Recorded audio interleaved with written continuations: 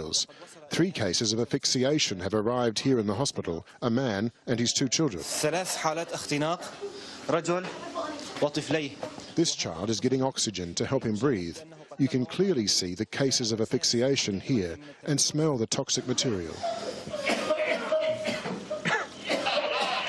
نشم حقيقة هنا بوضوح حالات الاختناق أو نرى بوضوح حالات الاختناق ونشم بوضوح رائحة الكلور.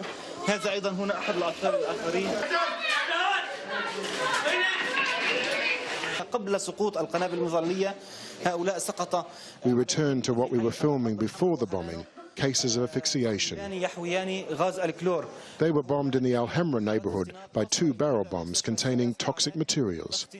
3 cases arrived at this hospital with symptoms of asphyxiation. In reality, heavy shelling is targeting field hospitals here in Aleppo. Not only this one, but many other neighbourhoods and hospitals. We aren't mentioning their names, so they aren't targeted again.